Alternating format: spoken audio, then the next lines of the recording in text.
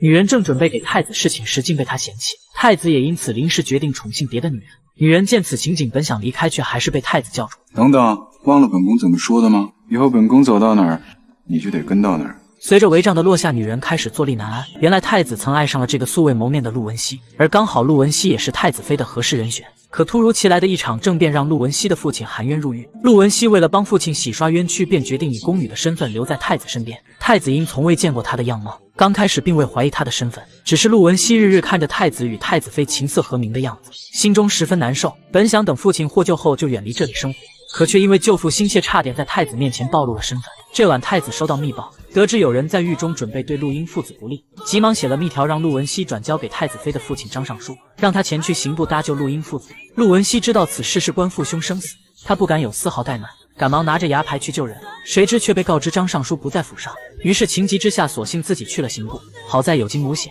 等他赶到时，发现父兄已经被张尚书救了下来，担心自己出现会被父兄认出，从而暴露身份，所以他便将纸条留了下来。不曾想这事很快便被太子发现，以为他是蓄意想要谋害陆英父子。想谋害陆忠诚，我不会容易。殿下，小人把太子妃交给你这种人，我怎么敢放心？王承仕，遣他回宫，交给江上公处置吧。殿下，陆文熙不知道该如何辩解，只能认命般离开。不料却意外看到了披着斗篷的父亲，他躲在窗外听着父亲和太子的对话，得知太子准备让父亲将功折罪，这瞬间让他激动得热泪盈眶，同时也下定决心无论如何都要留下，救出父亲和兄长。于是隔天他便故意设计，让太子的贴身宫女寇珠睡过了头，这样一来他便有了机会服侍太子更衣，而他的小聪明也成功引起了太子的兴趣，好奇他会怎么解释留下纸条的原因。小人只是觉得陆忠诚已经无碍，所以殿下的手信就不舍得交出去。给我理由。殿下，就是理由。小人曾经非常爱慕殿下。此话一出，周围的宫女纷纷侧目，太子眼中也充满了诧异，但他却不相信陆文熙的话，挥了挥手让宫人们退了出去，随即便一把搂住对方。突如其来的亲密接触让陆文熙心里既害怕又惶恐，谁知太子非但没有丝毫收敛，反而还准备吻向他，直到看到他那只抵触的手，才松开了他，并出言警告：一个女孩子自爱一点，没有觉悟就不要说这样的话。而这一幕都被喜欢太子的寇珠看在眼里，他从小和太子一起长大，一眼就看出太子对陆文熙的感情非同一般，于是亲自上前为他整理衣服，怎料却发现太子仍然直勾勾地盯着陆文熙，没有放手的意思，于是只好搬出了在门外等候已久的太子妃，他这才作罢。而太子妃虽然深受宠爱，却还是从中发现了一丝蛛丝马迹，可她非但没有一点醋意，反而还十分大方地提出让太子拿陆文熙为妾。不是那样的，他殿下主意他，妾不会介意的，没有关系。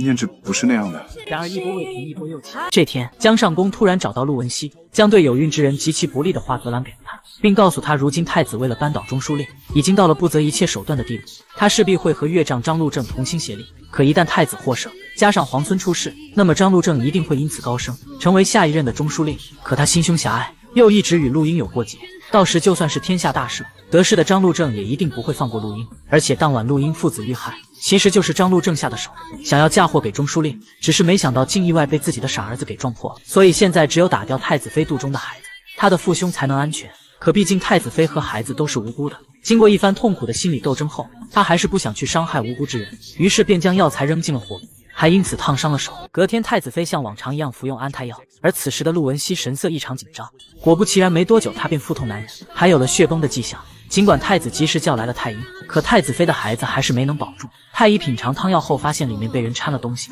而昨晚熬药时一直是顾内人在全程照看，于是太子便下令对他严刑拷打。然而即便是被打得皮开肉绽，他依旧坚称不是自己，太子只能让人接着行刑。小人确实想过，但小人没有动手。为了不暴露身份，他将江上公找他这一环节隐去，其他全部如实相告。可即便如此，太子依旧不愿相信。想要骗我，是不是应该说一个更有诚意的谎呢？小人没有为自己明白，居心动念皆是罪。谁让你这么干的？小人不会说的。到我的身边来，到底为什么？然而让陆文熙做梦都没想到的是，那包被他烧掉的花泽兰竟然又被寇珠从他房间里找了出来。显然这东宫里的内奸不止他一个，可就算是明知自己是被栽赃的，他也无法再为自己辩解，因为太子是不可能会相信的。而太子见他还在嘴硬，顿时恼羞成怒，随即便下令断了他的饮食。2日后午时，若是他再不招认，就直接将他处死。太子妃得知后，强撑着虚弱的身体找到太子为他求情，他不相信陆文熙会伤害自己，怎料太子却态度坚决，说什么都不肯放过他。其实太子妃不知道，这一切都是太子设下的圈套。自从太子妃失去孩子后，身体每况愈下，然而太医的诊断却出乎了他的意料。你说什么？殿下不用担心，殿下是思虑太过，臣会为殿下在孩子，胎儿完好。原来陆文熙给太子妃喝的药里并没有问题，但他又担心若是自己不按照姜尚公说的去做，他还是会找别人。于是他便让人在腌制幸福时加入了人参，这才导致太子妃腹痛难忍。随后又以太子的名义让太医对外宣称太子妃小产，可太子明明已经知道了一切，却还是让人给他送去了一条白绫。虽然殿下都知道这一切，那为什么？你不要怪他，他只是想吓吓。那为什么你？因为只有你。我只是听到你承认之后，会心安一些。不一样，小人会让殿下不安吗？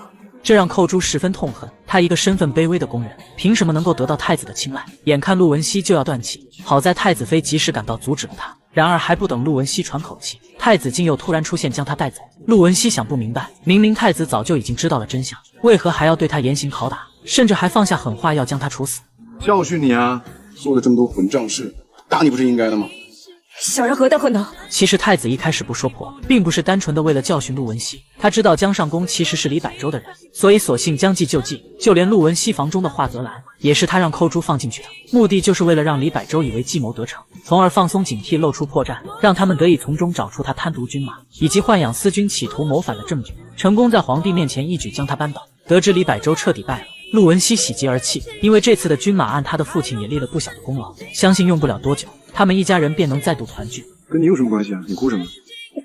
怎么？你自作自受，让你胡来。而寇珠担心他会向太子告状，便一直心神不宁地站在门外。陆文熙并不想和他计较，于是便让他放心，自己没有将今天发生的事情告诉太子，而且也不用担心他和太子走得太近，因为他马上就要离开这里了。当晚太子又再次与陆英见了面，并承诺等这次李百州的案子一了结，就会让他官复原职。可陆英经过这次的政变，早就对朝廷以及皇帝寒了心，所以他现在只想带着子女离京返乡，远离朝廷是非。陆文熙在门外听着这一切，脸上也满是释然，于是也紧接着向太子妃辞行，准备借着进宫述职的机会离开东宫，跟随父兄还乡。然而就在他幻想着与家人团聚后的美好生活时，没想到竟突然传来了父兄的死讯，而这罪魁祸首竟然是太子妃的父亲张陆正。他担心陆英出狱后会和自己抢下一任中书令的位置，于是便将陆英父子划到了李百州妻子一族，借着诛九族的名义将他们给斩首了。陆文熙听到这个噩耗，瞬间便被巨大的悲伤吞没，他用手紧紧抓着椅子，才勉强支撑住了摇摇欲坠的身体。张陆正知道太子一定不会放过他，于是跪着祈求女儿为自己求情。果不其然，下一秒太子便怒气冲冲地闯了进来，他大发雷霆，准备让张陆正以死谢罪。太子妃知道父亲犯下了大错，她不敢恃宠妖绝，也不敢伤及皇孙，只求太子网开一面，让他生下孩子后自裁谢罪，以自己的命换取父亲的平安。这孩子的外公和母亲都是罪人，你是想让他变成第二个我吗？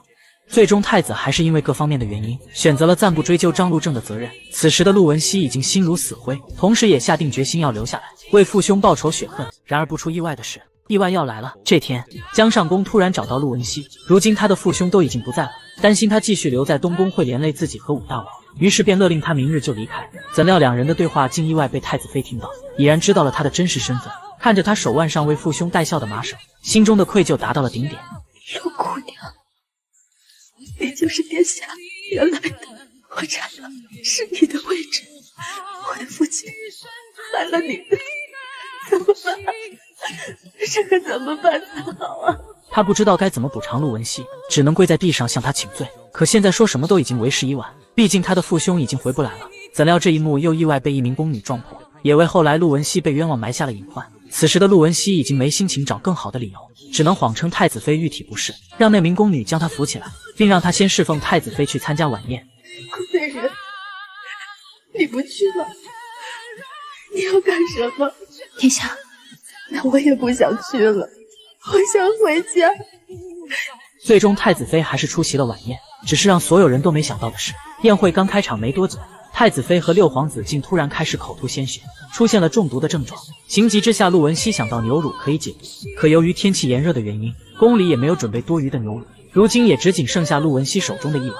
一边是身怀六甲的仇人之女，一边是年纪尚小的六皇子，陆文熙该如何抉择？